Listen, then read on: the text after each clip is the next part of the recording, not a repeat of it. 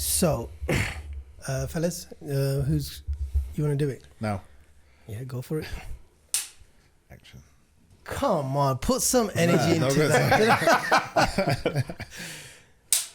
Action.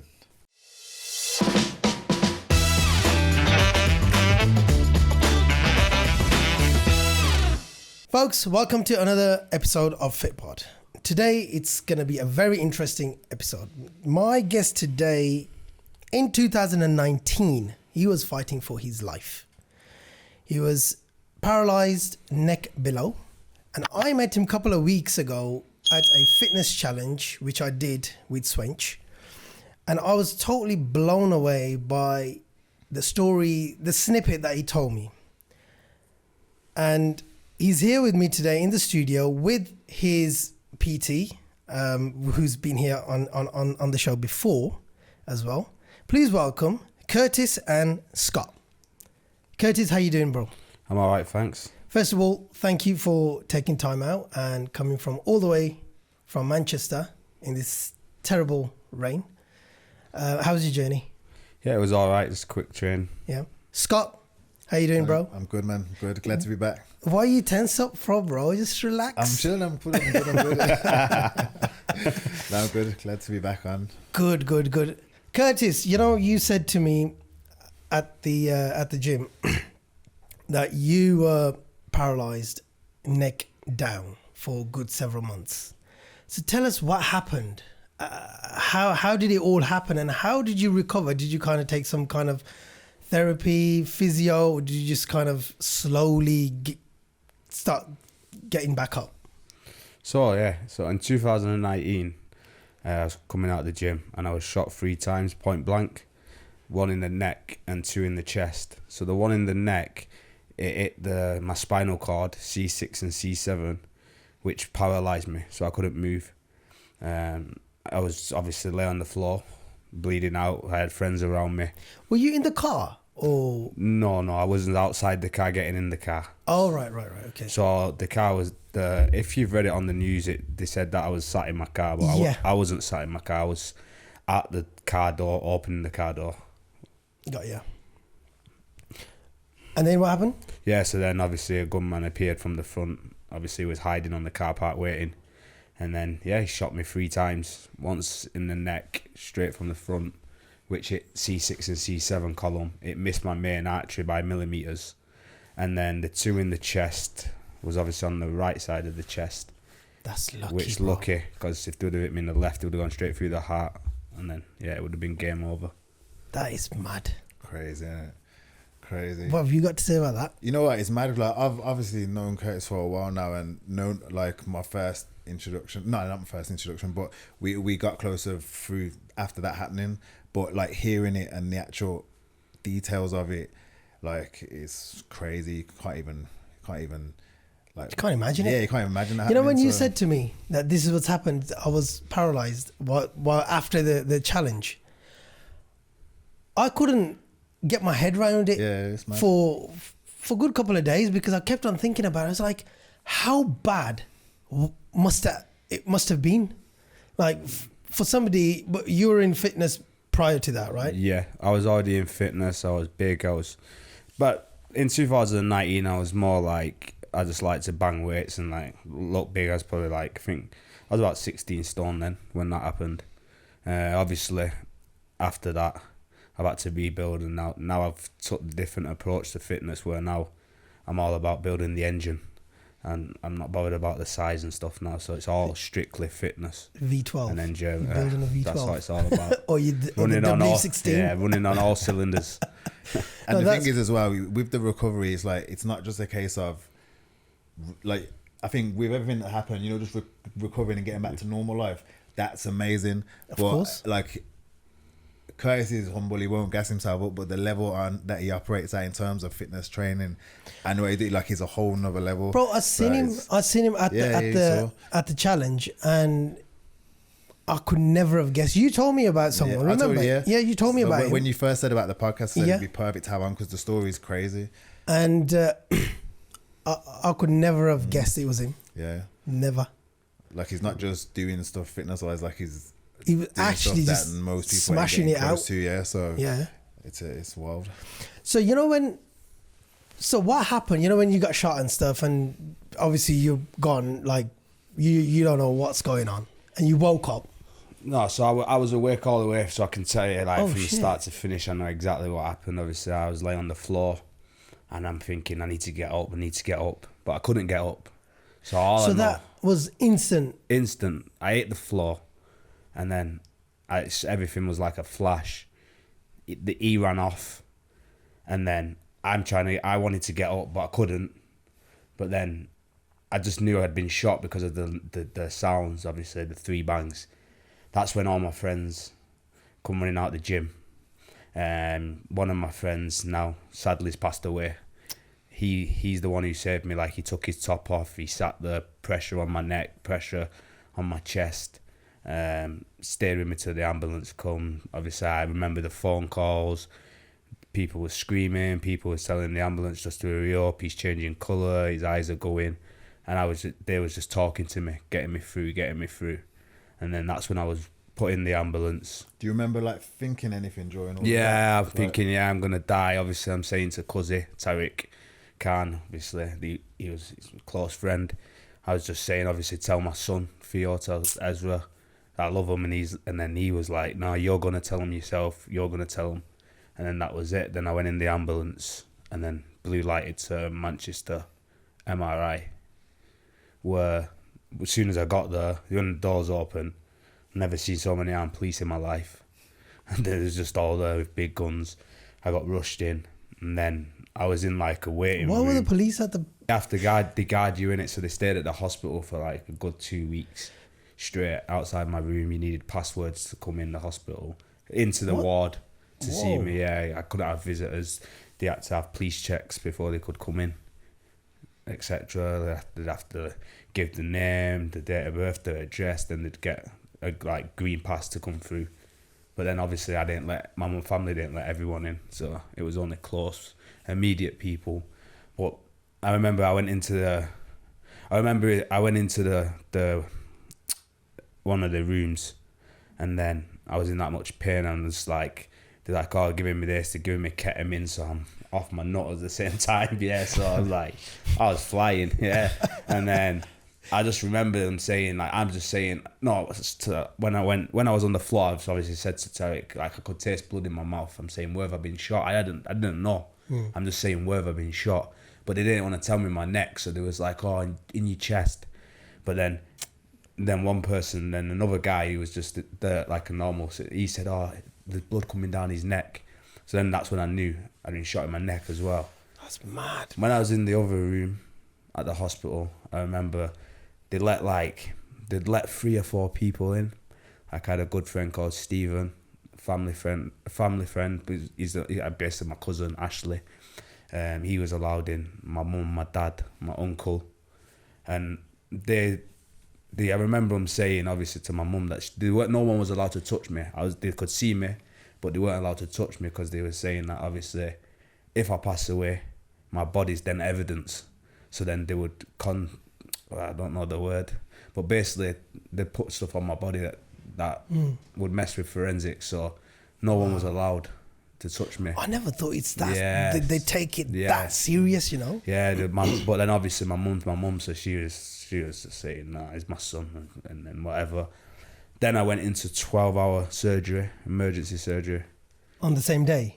Yeah, within I had to go to 2 different hospitals. The first hospital was, they had to put a chest drain in to stop internal bleeding. Then from there, once they stopped the bleeding from inside the chest, they left the chest drain, and then I was transferred to the spinal hospital, which is Salford Royal. And that's when I went on into the proper surgery of the 12 hours, where they put pins and plates holding C6 and C7 together in my spinal cord. And then they removed what fragments they could remove. I've got a bullet left in my lung and other fragments around my chest, which they said that would be could cause more damage to remove them. Mm-hmm. So they've left them in. Can you sometimes feel? Nah, I can't feel anything. Nothing, just normal. Nah, just normal. No, like niggles or anything. Like you can feel that there's something there, or Nah, I can't feel breathing. anything with the bullet now because it's inside and then things grow around it and stuff, and it's like protected kind of thing now. But obviously I've got another injury now, but I'm not allowed to get where they needed to do a scan, an MRI, but I can't have an MRI. You can't now. Because the bullet's inside and Yeah. it would move the bullet and could pierce my heart, so I can't have an MRI scan. But isn't it on the left hand side though? Yeah, but because of this, the magnet, it could just move it and it could just start piercing things inside. hell. So they said I can't have an MRI scan. So yeah, That's mad, you know. Crazy, isn't it? That's mad. You know when all the surgery was over and stuff, yeah. and you realise that shit, you can't actually move. So yeah. How did that make you feel? So at the other time, I'm just want to be alive. So, but when I've woke up and I can't move, I could move my left leg a little bit. I just like I'm saying I want to walk. When can I? And they're saying that you might not be able to ever walk again. And they're saying we can't. We're gonna try our best, but you gotta take in God's that. hands. Yeah, you might not ever walk again. This might be you. So yeah. How did that make you feel? Yeah, I've got my auntie, Ginty. Obviously, I said to her, like, I'd rather be dead than be a cabbage. Because I was later, I couldn't feed myself. I couldn't do nothing, literally. My family would put an iPad in front of me, and I was lay on my back, and I could just see the iPad. That was it. I couldn't look left, couldn't look right, couldn't do nothing. Literally, I was fucked.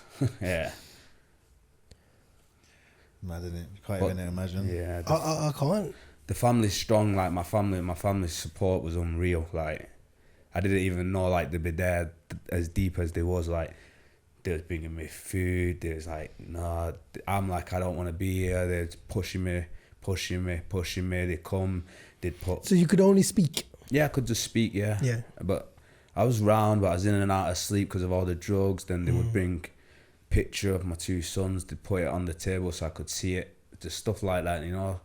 Isn't that a bit more? Wouldn't that be more emotional though? If just a picture of your family, or did that help? It's motivation, innit? So it was like, yeah, I've got my boys. Because I'm saying I don't want to be here. I can see there's my reasons to still be here. You know what I mean? I think in that situation, there's probably not much that's gonna give you the motivation other than that. So yeah, I feel like that would make sense. And that's the big part that made me think. You know, these times then my son obviously they played football, but like I wasn't involved as much as I should have been, you know. So obviously I used to think, I want to watch them play football, and I want to play football in the park with them, and I want to do this and I want to do that. But you know, like now I'm a big part of their lives. Like of course, you do every minute, every second, and it's precious because you just don't know what's gonna happen. This because I looked at it as this is a second chance of life, you know. 100%, bro. I've been given live, because like how can you get shot in your neck and it miss your main artery? Yeah. Like you weren't meant to. It wasn't my time which I to go. suppose is same again. It's something that you can't really relate to. Like that's why your story is mad, because even just hearing that and you surviving is mental. Let alone the recovery that you've made. So I don't know. Do you feel like, I don't know if you like, I don't actually know if you're religious or not, but do you feel like before kind of level? Before I never was religious, not one bit, but now I believe in God. Yeah. It's all in His hands, yeah. It's when it's your time to go, it's your time to go. It's how you go it's up to Him, innit? Yeah. People die in their sleep. Yeah. And then there's people like yourself who've just literally saw death and come back. Literally. Yeah. So that just made me fully like I'm not gonna say, and my life was like a roller coaster before, but now I try and keep it just straight down the right path, you know. See, I mean, the roller coaster bit, that's your normal life, isn't it? You don't think of certain things until something happens. Yeah. And that's when you kind of realize, shit, is that roller coaster really worth it? Or you just want plain simple, happy life and that's it? That's all I want, plain simple, happy life, help people in fitness and that's it, man. Yeah. When was the turning point when you started to feel, you know what, I can move my limbs, I can There's something happening now. This is the part, yeah. So I was just lay there, and every day I would wake up and I'd be like, try and move something, whatever. It's like it's just like it's the same now with my hand after the surgery that I've just had, and they've messed up my radial nerve, where every man I'm trying to move my thumb, it don't work, yeah. But in that one, I would wake up and I'd try and move anything. And one day I woke up and I just my right big toe just flickered. I was in intensive care these times, and I just screamed the word down like, Mom, I can move my feet, you know. And then precious time then, yeah. And then from there, and then every day there's like something would like, it weren't even like if it happened now you'd be like, oh, what's that, you know. But that was like, it was just like might have just been like my little toe flickered, and I could see it flicker, and I was like, shit, it's coming back. And then because the nerves, what it is with the nerves, they recover slowly, but they say that I think it's like 1 millimeter a day, so everything's just proper slow, you know. You gotta be patient. So yeah, I just had to be patient. And once, obviously, all these times I'm lay straight down, and when they want to change the bedding, they need 5 nurses, one to turn me onto the side, pull the sheet out, roll me back down, put slide boards under, move me, and it was just bath washing, and everything was just in that one position. Like I would just thinking, oh, my dad would hold my head, or my mum would hold my head while the nurses is doing all different things. It was mad. It was mad. Yeah, it's unreal, man. Absolutely unreal.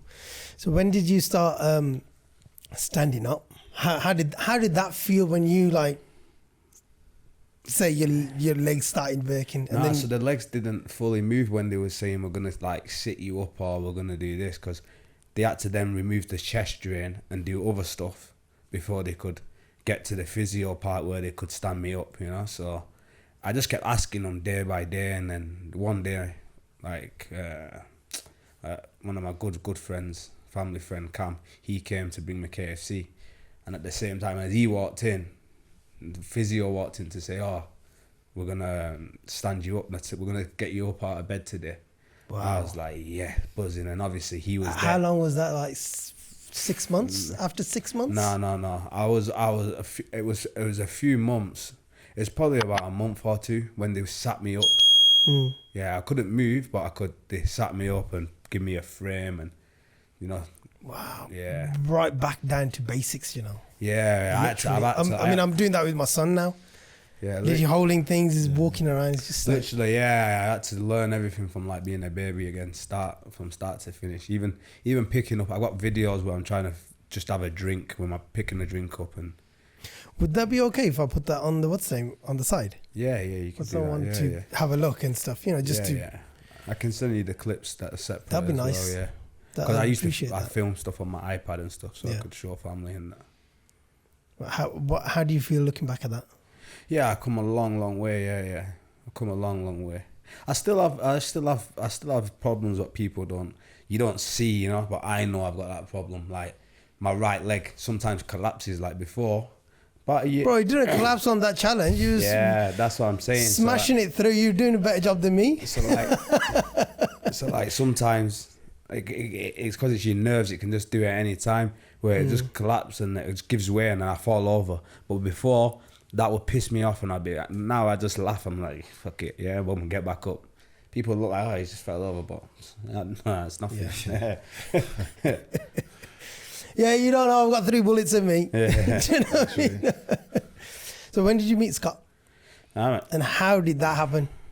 So from Iron Napa days, and then obviously after the shooting, I used to just watch his stuff. It just used to motivate me. So I just reached out and said, look, boom, I need your help recovering. So then Scott helped me from the start, from literally. Wow. Well, I could when I went to Scott and Troy, that was more like I could walk, I could go to the gym. I was a fat cunt, but I wanted to be in shape. Simple, yeah. But if I lied in bed for 2 months, I'll be that's just normal. I'll be just glad to get back up, let alone getting into shape. I'm happy, I was at home. I was out of both hospitals then because I had to go to like a rehab hospital. But when I went to Scott and he was helping me, I was at home. I was at my sister's. Wow. Scott, how did that make you feel, like when he told you his story and he said, out of how many PEs are they? Like millions in UK, and you're the chosen one. You know what? Like I said, this is it's mad for me going through like everything in detail now, because at the time, not I didn't think anything of it, but it reached out, and obviously I already knew him from before, and obviously what had happened was mad, but it was just a case of right, what we're gonna do, do you know what I mean, and moving forward. So, like at that point, so he was already moving, he was already at the gym, so it was just like, right, let's move forward with it. I didn't really think too deep into it. It's like, you know, this is what we need to do. So even now for me, like listening and reflecting back and whatnot, it's mental. But I think, you know, Curtis is very driven. So it wasn't a case of, he didn't come to me like, this has happened to me and this, you know, it wasn't negative. Yeah. It was, look, this is what I've got to work with. I need to get into shape. I need some help. So we just got to work straight away, man. And then like, the rest is history, really. How does it make you feel looking at his progress? Yeah, it's crazy. Like I said, that's why I always big on. That's why when you told me this straight away, I said, you need to get Curtis on, because it's like I said, it's not just the recovery aspect of it, is the level he's taking it to now with the stuff, like I said, it's still got going on and stuff that's happened since then. Do you know what I mean? But the things he's achieved in the fitness space, not only in the fitness space, but with career-wise, with training-wise, the physical stuff that he's been able to do, like, it's unbelievable. Like, it needs to be on a platform. Yeah. So 100%. Yeah, I'm just grateful to have had a part in it and to be able to see it now. And like, you know, we speak often, and it lets me Curtis, did you ever think, this was my question, that this is it, I'm done? Yeah, I thought that many times. I used to go through my head all the time. Did that mess you up mentally? Because you know what? It would mess a lot of people up, you know. Yeah, I don't think many people come back from that. Like not even just, obviously there's one thing surviving in that, like I said, but then to get to where you're at now, I don't think many people can do that. And that's the thing, really. Do you know the mindset you have now with things? Do you think you had that beforehand, or was that built up through this? No, this was built up. Yeah, so even there, so you've had that happen, and then been able to channel all that energy in the right direction, whereas most people, it would crumble them. And that's no knock on anyone, like it would do, wouldn't it? It would. I don't think I'll be able to come back from that, no way. Man, I had a bad back and I was in bed for 5 days and I was like, this is it. I think if you're not really if you're not the type of person before that happening with the mindset now, then even more so. So to have that happen and then build this mindset up during that process and then continue, like it's unbelievable. It's mad because obviously my family's strong as well, you know, so they push me. They used to big up to Curtis's family. They used to help me with everything. Even my dad would get me out of bed and take me walking when they would say no, and he'd be just taking me. We're going for a walk. We're doing this. We're doing that. See that alone. It's mad, isn't it? It gives me like tingles. Like I know. It's like a film. It feels it's like shit out of a film, but it's mad. It's just that in itself is just inspirational. You know, your father being there and pushing you. Yeah. Because it's tough, man. You don't get them kind of people anymore, man. Yeah, I had it. I got looked after. Yeah, like even in the hospital. Like I have a friend who owns a clothing brand, Legendary. Jerome. He bought me a care package. I think he must have bought me like 6 tracksuits, hats, everything. Yeah. Because I was in hospital for so long, so he'd come with this box and he just went boom. I had fresh clothes. I had my dad used to bring my. What's his name, Jerome? Yeah, Jerome. If you're listening, don't mind a little box around here. I haven't changed my clothes either for a while. He's killed it as well. Shout out his brand, Legend. Yeah, I met them, like I said, in Napa. I ain't seen him since those days, but he's killed it, man. So shout out to Jerome. Yeah. Drop me another package off for this, yeah. Right now. But yeah, he brought me clothes and he took me out and like other friends. I even had the barber. My dad brought my barber. So he come in there, cut my hair, and make me feel fresh again. You know? Yeah, it's a big thing. I had a big man. beard and an afro. I just felt rough, you know. Come and give me a fresh fade and felt good again, you know. Yeah, man. That goes to show the spirit of people. Yeah. You know, every day things happen. People are too busy with their life, which is fine. You know, everyone's got problems. But, you know, when something like this happens and everyone comes together. So Sundays in the hospital was going off in my room. So I had a little ward, like, on a side room. And At the end part, you know, when I was moving and that, I'd have there was like 10 people, and there's people talking their conversation, and some there, you know, it was It's just nice, isn't it? yeah, it was. But good. that would have It was helped good. with the recovery. You know, just energy. Energy. Yeah, is yeah, it's good energy. Isn't it? So, The energy Yeah. was high, Yeah, high there. You know what I mean? High. That is brilliant, man. And that all comes down to how you treat people. Yeah. You know, if you were being an idiot, but no one has got time for that. Yeah, no, It's all how you treat people before. yeah, my close friends was there. You know, like handful of them. So That's mad, you know. That's a mad recovery. So how long did it take for the whole thing to finish? yeah, it took a while, man. From Salford, I went to Southport. Obviously, that's the rehabilitation centre, and then now, I still have to go there like 3 times in a year. Just for a for checkup. checkups and make sure that the pins and stuff are in the right place. And Or they up here, down here? yeah, they're right behind my neck. Yeah, C6 and C7 column. Like if I've got a t-shirt on, you can see the scar going up to the back of my head. That's mad, you know. Yeah, just the lower part of my head there. You showed me that. Yeah. You showed me. You got scars here and scars here. Yeah.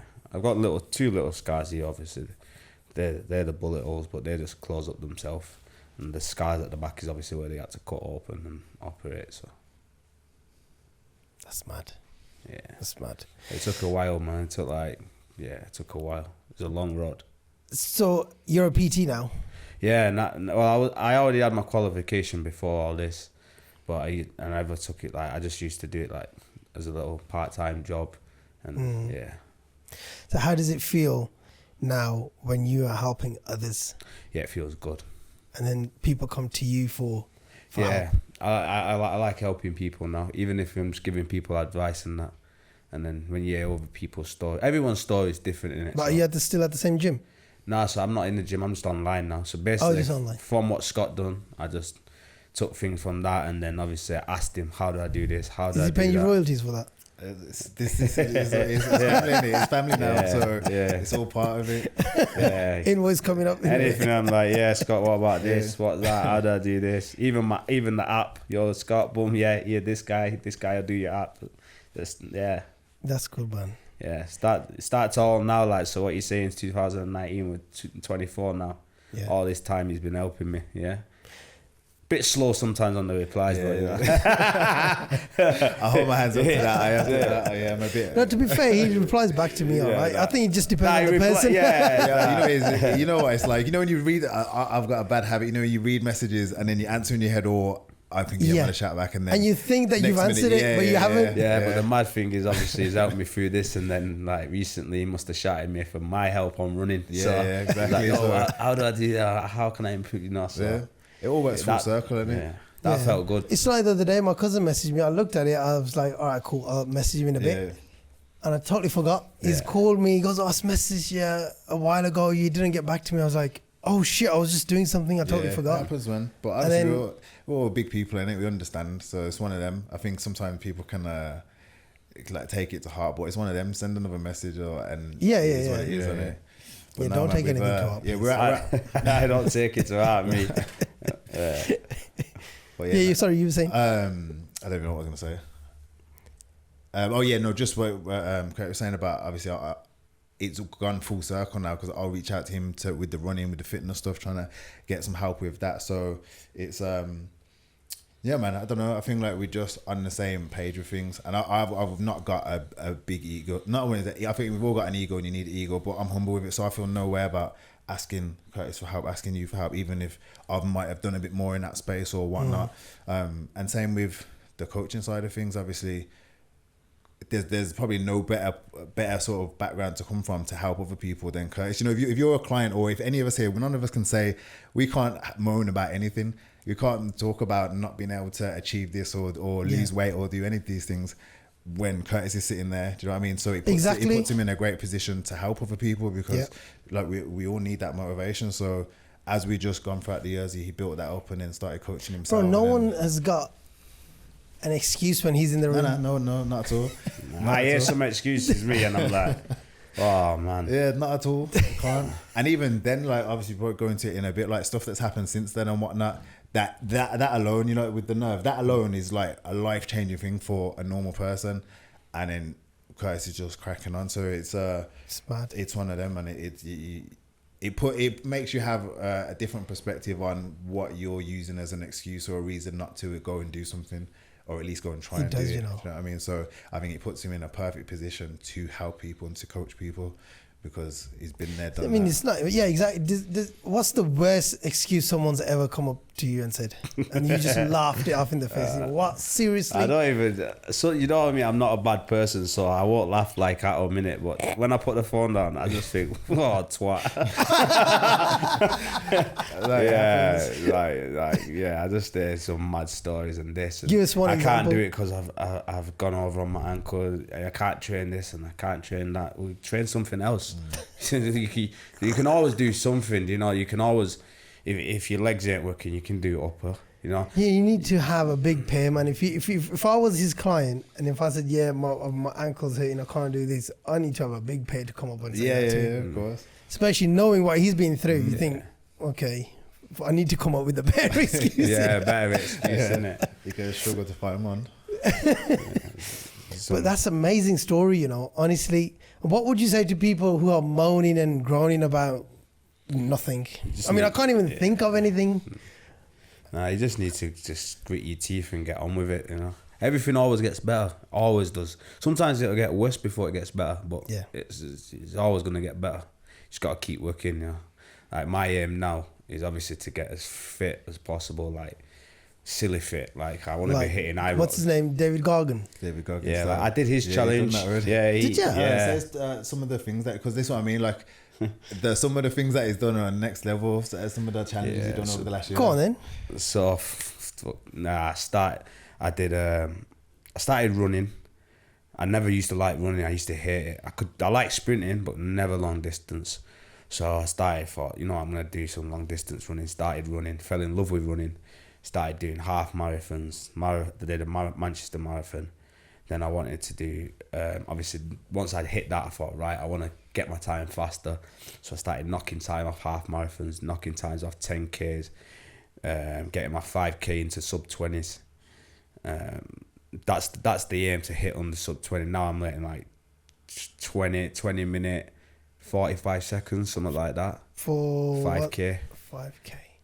20 minutes at 5. Yeah, for perspective, it takes me like 34 minutes. 30 minutes is rapid for me, so that is. So the aim is obviously to get faster. Like my half marathon was 1:43. So it's that my aim is to get like fit. I've done obviously high rocks. I've got into high rocks, fell in love with high rocks, so I ended up flying. High rocks is mad. I've been looking into that. I ended up flying to Madrid to do a high rocks event with one of my friends, Lee Derbyshire. We did that. Came back, did high rocks, Birmingham. Something happened with my partner. I won't say, you know. You left him there? No, his excuse was like, I'm not even going to get into it on here because it's going to shut him down. He's a good guy. He's fit. I'm sure he's a nice guy. You know something? Right, it's called Adam, yeah? And he let me down and he's apologised every day since, yeah? Oh, shit. Right? And yeah, I'm not going to get into it on here, but Adam let me down. But he's changed now. He's on his game now. I think he just took high rocks and he didn't take it serious. And obviously high rocks is serious, and he had to drop out. And then when he dropped out, I was like raging because I'm like, fuck it, I want to fucking finish it. So I'm saying to the staff, like, I want to finish it. So they've gone, we're going to have to give you a penalty point. I said, he can't carry on because he's basically got cramp in his legs, yeah, and can't run. So, but obviously you know how bad cramp is. So when you get cramp, you can't. But I can't even do a Bulgarian split squat because I get a cramp in my foot. I just can't do it. Yeah, well, every time I've tried it, even without the weights, I was like, you know what, I'm gonna do it. I'll do it without the weights. I'll just do it. Get a cramp in my left foot. Yeah. Can't do it. He got cramp, and then obviously he couldn't carry on running. But at the time he was lifting a lot of weights at the same time, so it wasn't good for the high rocks, you know. So then I ended up completing high rocks on my own, like as a single. So I went as a double. So in my head I'm doing this with a partner and I'm running with partners. So if you can do double or you can do single. If you do single, everyone who's in your race is single, so there's no swapping work. When I carried it on, everyone next to me's got a partner, so they're splitting the road between them, they're splitting the lunges. I had to do it all on my own without splitting the broad jumps, everything. I ended up finishing that in like 1 hour 18. That was with a penalty, a 5-minute penalty, so I probably would have been hitting 112s. Yeah. 1 hour 12 on my own. So yeah, I did that. I've done David Goggins 4 miles every 4 hours for 48 hours. Huh? Exactly. What? Yeah. So I ran 4 miles every 4 hours for 48 hours. David Goggins challenge. What the hell? So it's like no sleep, just like doors off and boom, you're up again. And you're out the door, boom, 4 mile. So you have to do this in a place where people are watching you? No, you just do it on the road. Just by yourself? Like he just decided to do this. Yeah. Oh, okay. That's how mad it is. I just seen it on Instagram, yeah. I seen it on his Instagram and thought, I want to do it. So Sick. I just said, I'm doing it. Fair play, man. So I did it, but I got friends that come and help me through the runs, like midnight run. It's every 4 hours, so it's like 4 in the morning, 12 at night. You know. For 48 hours? Yeah. Daytime, my son, Theo, he ran one with me. He was 9 then, but he can run. So yeah. He ran sure 4 miles. His dad's like that. he ran 4 mile non-stop. Yeah, didn't stop, just at the side with me. Sick. Saying, come on, yeah. And then obviously my friends did it with me and that, so we got through that. And then what else have I done? The 100 miles march. Was it March? Thailand. Oh yeah, then I was in Thailand. I ran 100k. 100k. 100k in 28 days in Thailand heat. So yeah, in like 35 degrees. And this is all after your surgery? Yeah. But I tracked that, so I tracked every time I ran. I tracked it on my Garmin, and obviously uploaded it, and it was 100k. What else? Mad, bro. That's what I'm saying. Yeah, I got back into jiu-jitsu, so I was competing in jiu-jitsu. Obviously I'm a purple belt of jiu-jitsu, so at high level, and I've done a good few comps of that this year. Obviously I tore my right bicep when I was in Italy doing the European Championships this year. Well, what else have you torn? Torn both biceps this year. I did my left one in May. I was 4 months out of lifting, so that's why I just got silly on the running and the fitness. And then obviously I come back, started training for the European Championships, and then 6 weeks solid training at Grapple Clinic and at Stealth Bolton under Chew. Obviously Grapple Clinic, Saul Rogers. And then I was down at SBG with them boys on a Friday. And what have you not done? Yeah, done a lot, man. Yeah. But this is what I'm saying. Like, there's recovering and there's and doing then all this? these things. Like, it's it needs to be documented. It needs to be on a platform. I know, 'cause man. And then in March, the 2nd of March, I'm gonna run an ultra marathon. 50 miler. 50? How much is a normal? A normal marathon is what, 26 miles. Yeah, so it's just under 2 marathons in one day. Bro, you're mad. Straight off.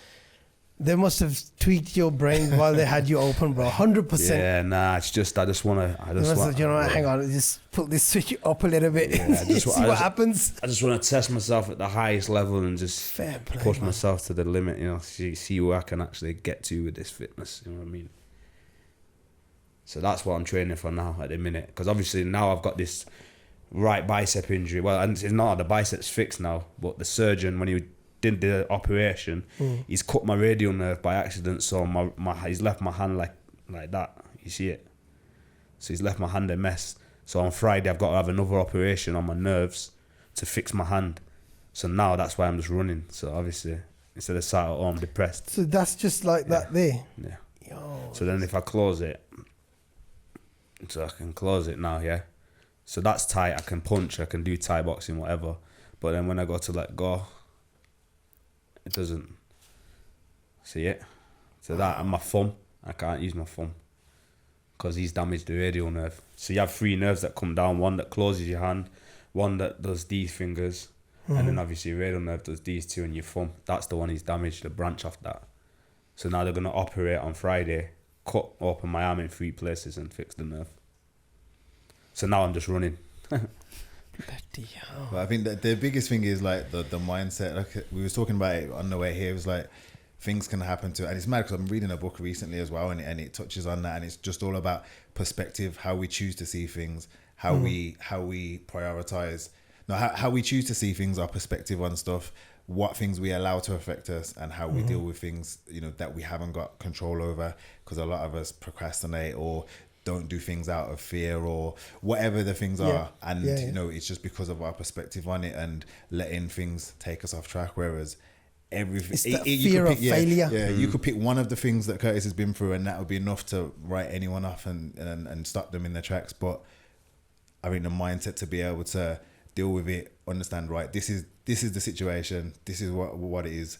I can't do anything about X, Y, and Z, but I can do this, A, B, and C, and that's what I'm gonna go do. Like, he's the epitome of that. So it's like inspiration for everyone. And it's one of them. I always say to clients as well, like, you can't knock anyone else's struggles, because we've all got our own struggles. And if you can't compare as well. At the end of the day, like, we all know some things are bigger issues than others and whatnot, but we're all individuals. Everyone's got their own things that are limiting them, holding them back. But at the same time, this is an example of, you know, you can get past the biggest obstacles ever. So the things that you are dealing with, you know, be honest with yourself, you can get past them 100%. Yeah, 100%.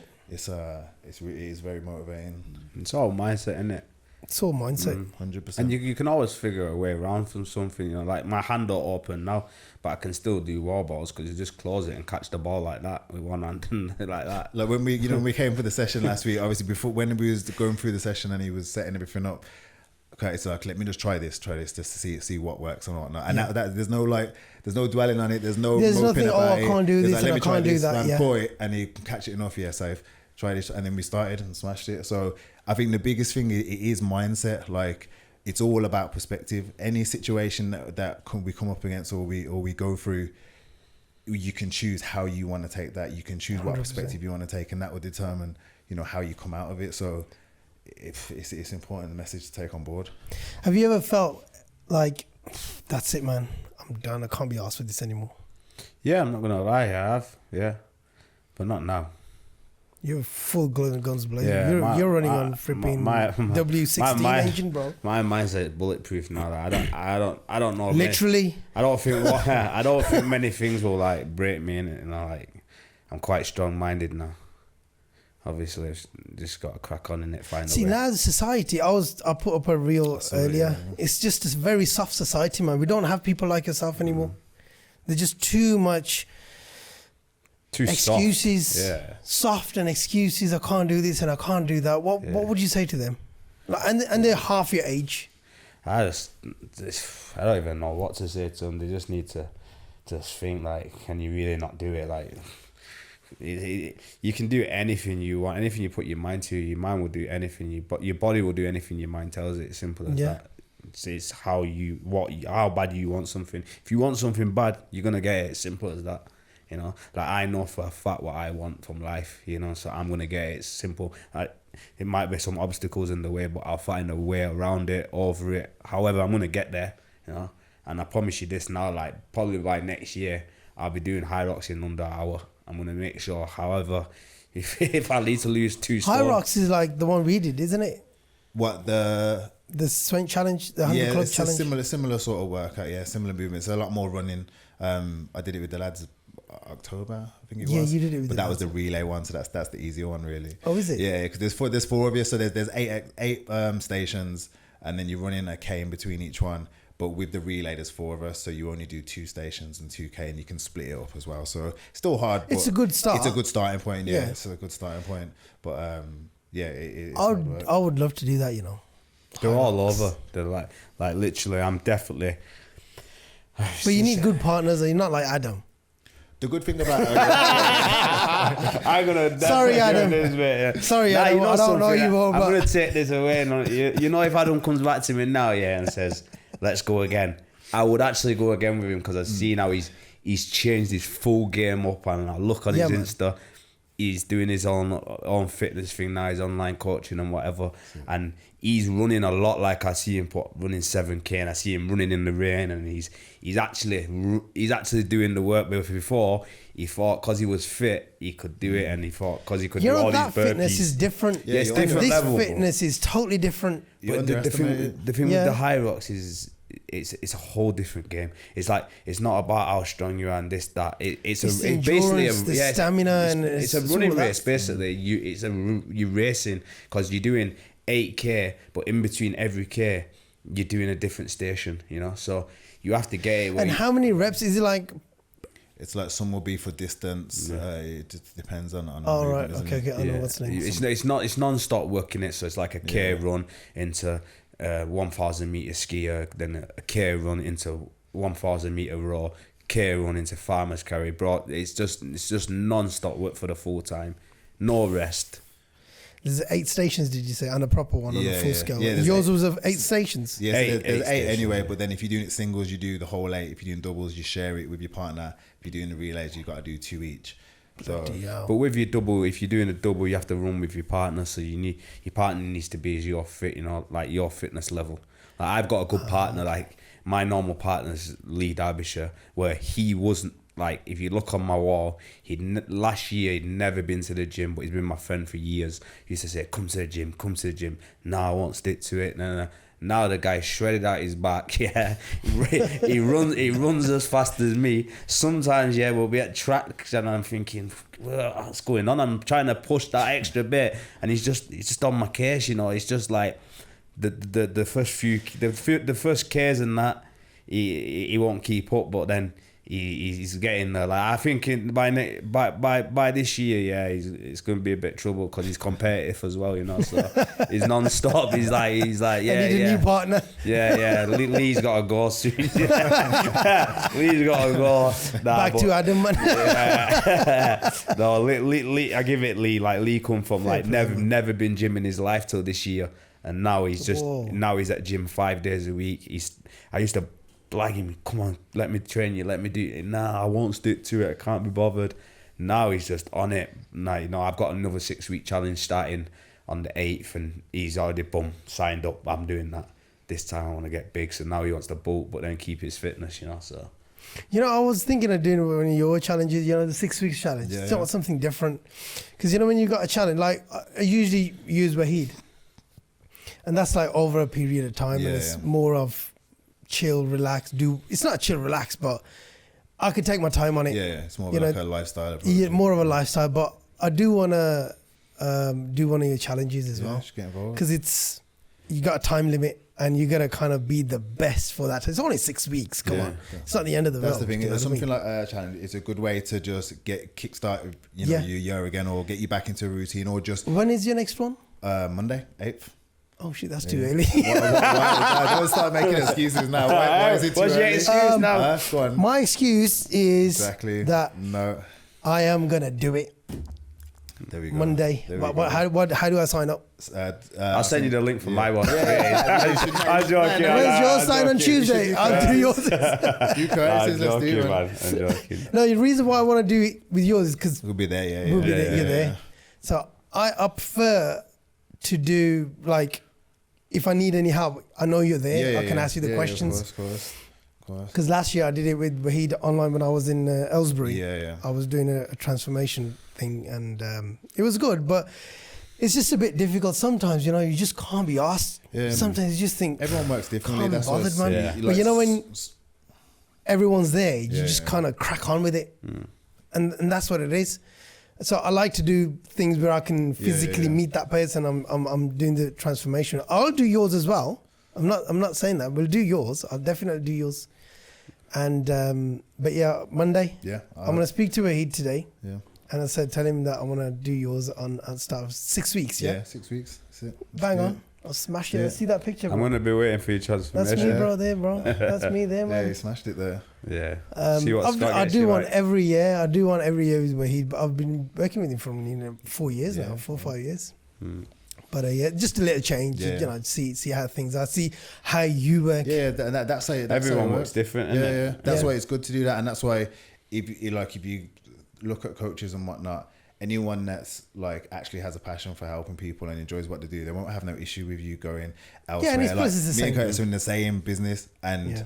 like we help each other, we support each other, promote each other, whatever it may be. Do you know what I mean? Because at the end of the day, number one, the job is to help other people. So if you're getting help from Curtis, Wahid, or me, it don't really matter. You're doing what I'm here to do. I'm here to help with. And there's more than enough for everyone as well. Do you know what I mean? So Yeah, there's plenty of fish in the sea. Exactly. Plenty of fat people in the sea. For everyone to bite on. Shit, sorry, fat people. But yeah, so how much does it cost usually? £120 for the challenge. Yeah. Well, that's not bad very, at all. Very reasonable. It's In affordable. fact, it's very Six weeks. very good value. But yeah, 6 weeks, Monday, I'm going to send you a post. I'll say, right, we've joined up. We're going to crack on with this. And I'll send you an end product. Yeah, It'll probably be number one anyway. I know how much you charge for the number one slot. Yeah. I was going to shout and say thanks to Troy as well, because obviously he's not here, but he helped as well. Where is he anyway? He's just busy with some stuff Oh, is he? today. Yeah. Being lazy. So, He's all good, man. But boys, thank you very much for your time, man. I really appreciate it. Curtis, you coming down from Manchester, and Scott coming down from the road, Yeah, I'm only from up the road. But yeah, man, really, really nice to have you and hear your story. I hope someone who's in the similar situation, I hope no one's in that situation, life and death situation. But if there is someone and you know you can make your life better, that's the inspiration behind your story. There's not a single person that can't take motivation from that. It's not about the individual, the circumstances. Obviously, not many people can match those circumstances, but the steps he went through and the mindset changes and the effort put in and the excuses he didn't make, and those are all things everyone watching can take on board and add fuel to their fire. Like, that's it. It can be done. It's easily 100%. done. You can easily make an excuse and just sit there. Yeah. like the ultra marathon, I'm doing that for charity as well. So I'm not just running the 15 miles. I'm running it to raise money, for men's mental health and for the spinal cord unit. So. Oh, that's brilliant. And before we finish, any messages for the hospitals that looked after you, the nurses, I just thank everyone, everyone, family, friends, hospitals. There's a lot of people to thank because it went through so many different stages, you know what I mean? So I just thank everyone. That's brilliant, man. It's a blessing. And I thank God as well, Of course, that's number one, innit? Number one. But boys, thank you very much. God bless you and with everything that you're doing. And what we say, may Allah put barakah in your rizq, which means may Allah put blessings in whatever you do, in your food, your businesses, everything flourish. So man, God bless. Thank you very much for your time, efforts, and wish you all the best, bro. Thanks, man. Thank you.